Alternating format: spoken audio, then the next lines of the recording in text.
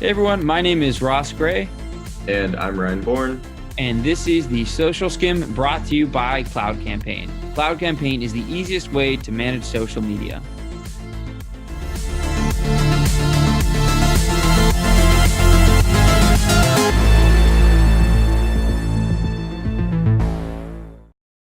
So this week, I'm excited to announce that our top story is that Cloud Campaign has launched the new free tool Monitor.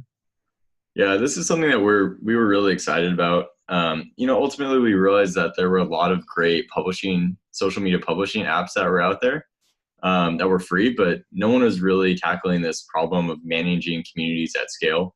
And it's a really time-consuming process. If you're switching between different apps and trying to respond to comments, and especially if you're managing multiple different accounts across various platforms. And so that's really what Monitor is hoping to tackle for SMBs.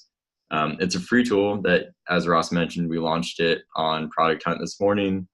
And you're allowed to, link up a handful of different accounts from various platforms from there and see your activity feed, community insights, post analytics, and all of that directly from one dashboard.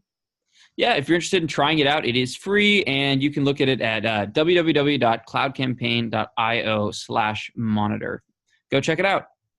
Our next story is that there are new authorization procedures for Facebook page managers. So this again comes down to their continuous effort to increase transparency. So this one is that they're trying to prevent maybe users who have a large following or pages which have a large following from negatively influencing people. So now what those users are going to have to do, or those admins are going to have to do, is basically verify their status and then go through this two-factor authentication so that maybe bad actors can't get access to their followers.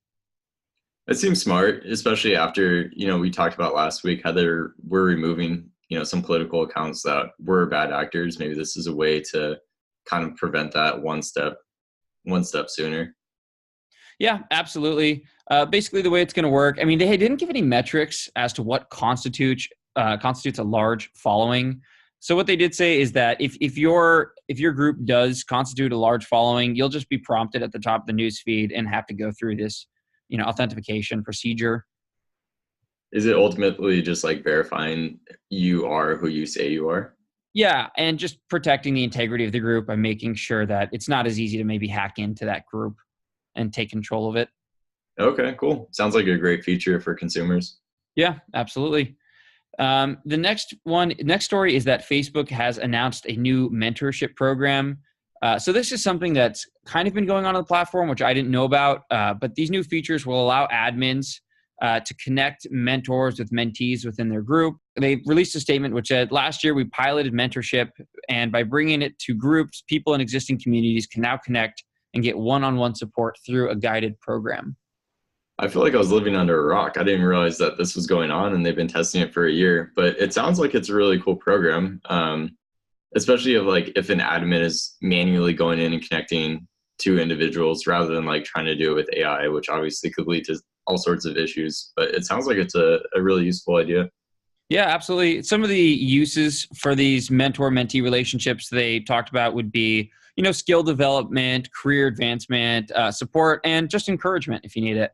Oh, that's a good one. I wasn't honestly thinking of skill advancement or career progression. So using it within an org, especially for a company that maybe uses Facebook's tool Workplace.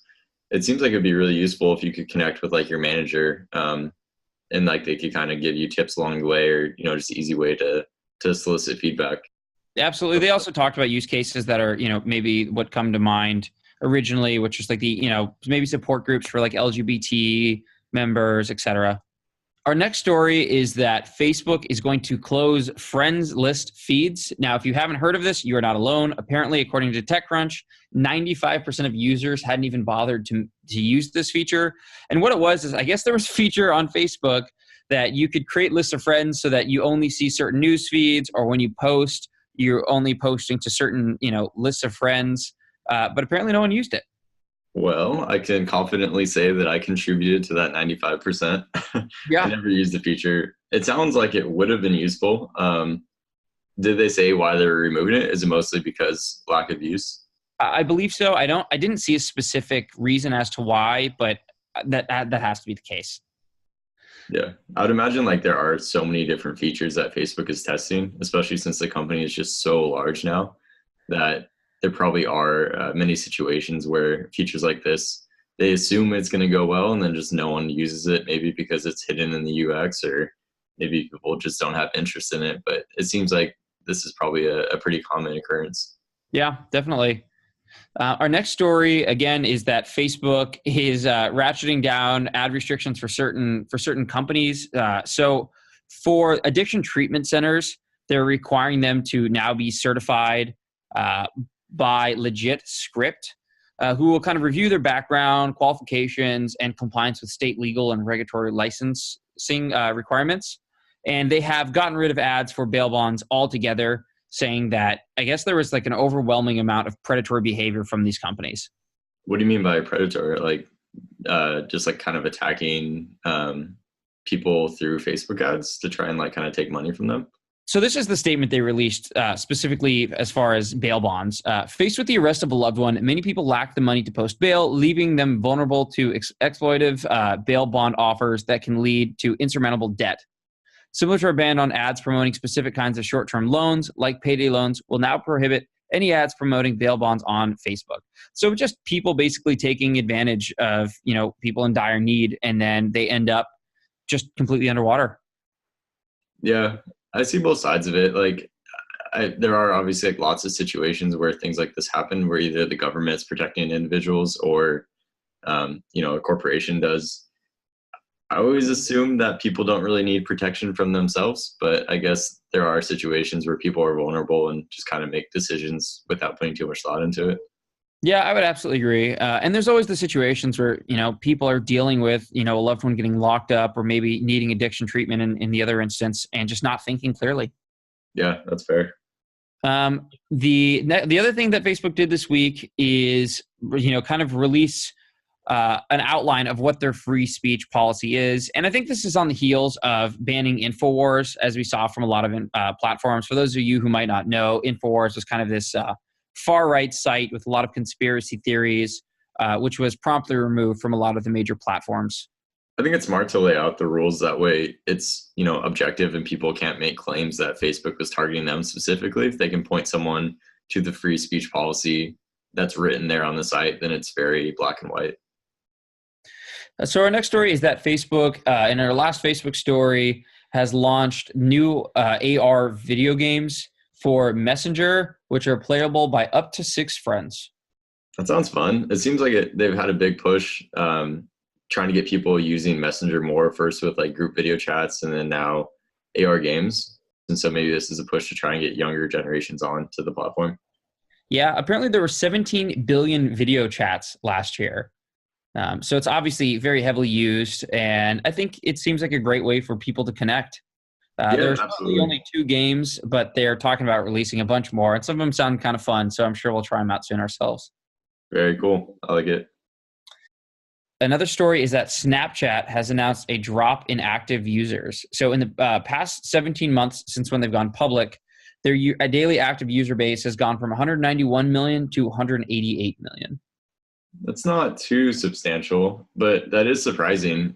In most situations, at least for consumer-facing products, typically they'll see a big jump after an IPO. So I wonder, like, what the real cause of the user drop is. Yeah, the company believes that the drop can be attributed to some of the more unpopular changes and controversial redesigns that they've been that they implemented and now are working to remedy. But who knows if that's the actual cause. I will say though that the company's year-over-year revenue actually jumped by 44%. So I'm not sure they're as worried about the loss of users. Yeah, that's a good point. I mean, as an advertising company, you have to kind of look at your bottom line, and ultimately, are people still willing to pay to get their content in front of the users? A drop in 3 million users isn't really that substantial, especially if you're seeing an increase in revenue. Yeah, and I think everyone can acknowledge that there has been more of a commercialization of the Snapchat platform. So I bet you they're losing users who just don't want to deal with that. Yeah, that's fair. And I mean, you're probably right too with the redesign. I completely forgot about that. That was something that users were pretty upset about for a while. and Snapchat was kind of holding the ground for a bit. And then I saw, like, what was it, a month ago or a couple months ago, they decided um, to add like friend stories back into the Snapchat feed, which was what most people were complaining about. Yeah, yeah. Our last story of the day is that LinkedIn has reached 575 million users. They also provided a really great in-depth breakdown of where these users are coming from, which you can find in the Social Skim article itself. Was there any obvious country that has grown pretty significantly? Not that they went into, some of the main ones. China is at 42 million. The United States leads the pack at 150 million. Canada's at 15 million. Just as a frame of reference, so in the last year, LinkedIn added 75 million new members. In that same time, Facebook added 146 million, and Twitter added around 9 million. So it's somewhere in the middle. Yeah, that's actually really substantial growth. Just because, it's more business focused and a less of a traditional social media network. I wouldn't actually expect it to be that large, but that's really substantial. Yeah, absolutely. But that's it for this week. Be sure to tune in every Tuesday for the most up-to-date social media news. Find us on iTunes and wherever else podcasts live. And head on over to iTunes, leave us a quick review whether you like the show or not. We read every single one, and it helps us make the show better each week.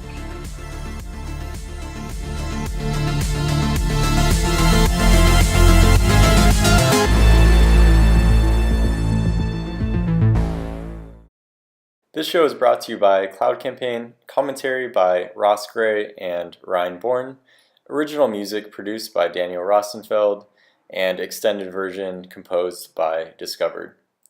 See you next week for another episode of The Social Skim.